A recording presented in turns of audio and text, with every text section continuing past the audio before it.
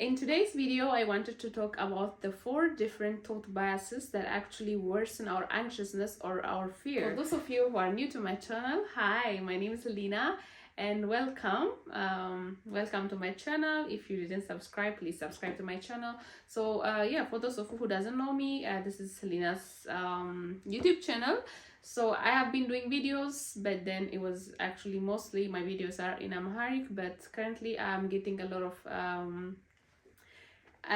of questions that if I can do videos in English. So I thought maybe like some videos I can do them in English and then some videos of course in Amharic, depending on the topic. So I mostly review books because I love reading book, and books have changed my life in so many different ways, in my career path, in my personal life.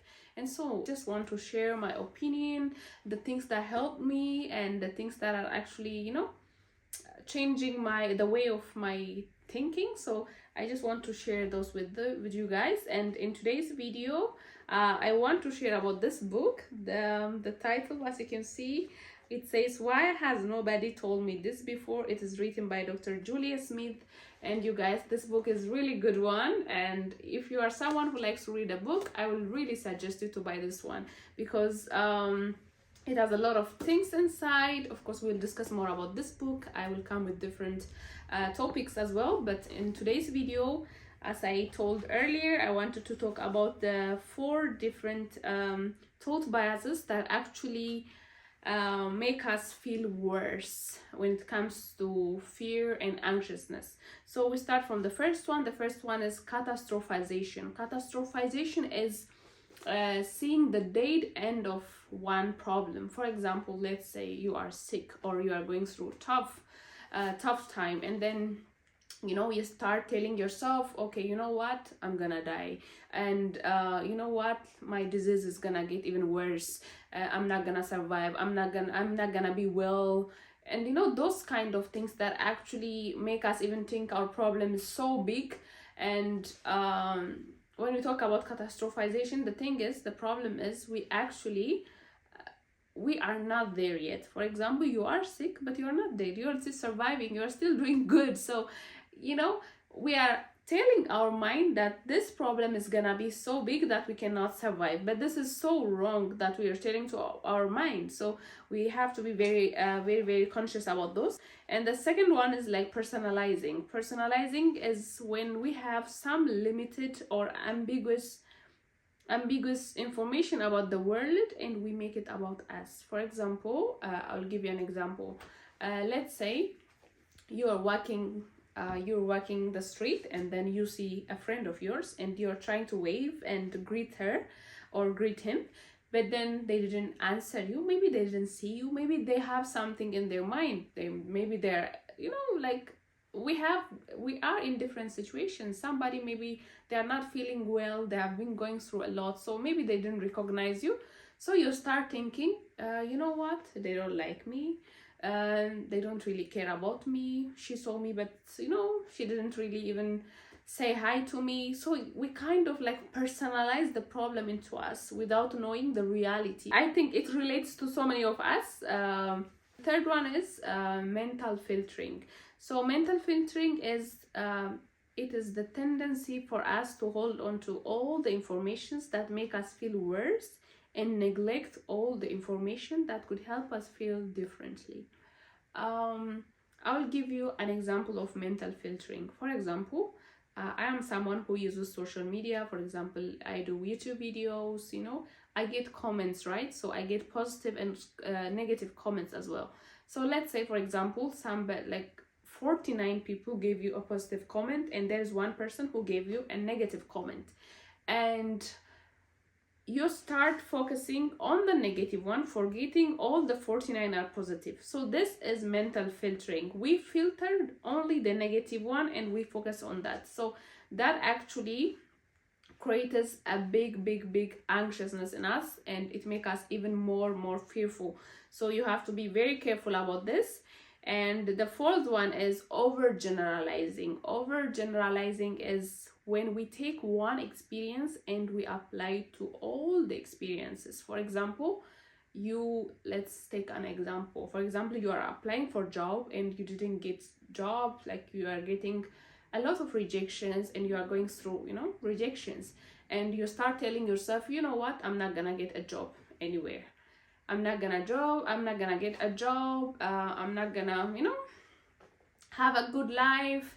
So you start generalizing your problem according to the challenge that you are facing right now.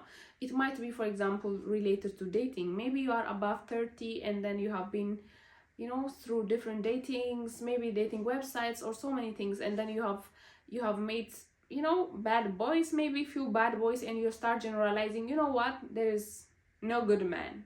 That kind of things, that we call it overgeneralizing. So those things, they actually hinder us, they kind of limit us from where we want to go. Of course, our goal is not to stay in this problem. We want to go further, we want to thrive in life. But then if we live on those thought biases, we actually hinder ourselves, we limit ourselves, and we just get stagnant. So what can we do? I want to share you guys 2 things that has helped me, and I hope it helps you as well. So the first one is we have to reframe. We have to reframe our problem. Reframing does not mean that we deny the problem. Of course, the problem is there. Whatever you are going through, it might be a job loss, it might be a health issue, it might be a relationship issue. Of course, the problem is not. I'm not saying about denying the problem, but then you reframe. For example, you allow yourself to consider reinterpreting the situation in a way that is going to help you move through it. For example, you experience a challenge and you shift your thoughts. For example, let me give you an example. Okay, you are going through, for example, rejection. I know it's easier to think that I'm not gonna get a job, but then will that actually make your problem better? I don't think so. So what can we do? We can actually consider, what, maybe I have to try apply even more. I have to try maybe applying at least, like, few more positions every day. That should be the thinking. So we have to reframe the negative thoughts in us into something that can actually push us further. And the second one is considering your values and identities. Mostly we forget what our value is and we forget our identity. That's why I think we get consumed in the problem, in our fears and so on. So I would say think about your alternatives, think about who you are, think about what you actually want to do. I mean, do you really want to be a prisoner of your fear, or do you want to thrive? Okay, so if your desire is, to do something, like, don't hold on to your fears, or don't hold to the thought biases that I've talked earlier on. Try to take step, try to erase that thoughts with something that positive, by taking action, by doing something small. So yeah, that's what I wanted to share in today's video, and I hope it helps you, to actually be conscious about those things, because sometimes we just think about something without even knowing that we are thinking about that thing. So, like, I hope this helps you to actually filter out your thoughts. And yeah, so that's what I wanted to share in today's video. I hope it helped you, and don't forget to subscribe, like, and share, so that your friend or somebody else can hear this as well. It might help them as well. So yeah, thank you very much for listening. If you like my video, let me know in the comment section so that I can do more English videos as well.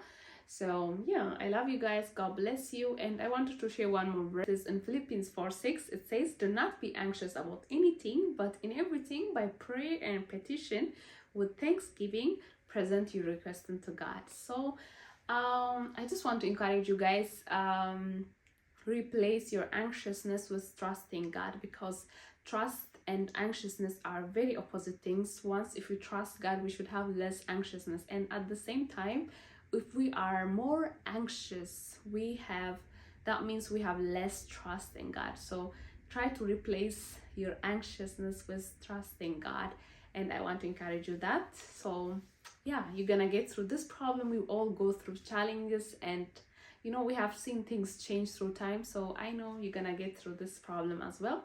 So yeah, thank you for listening. I love you guys. God bless you. Till next time. Bye bye.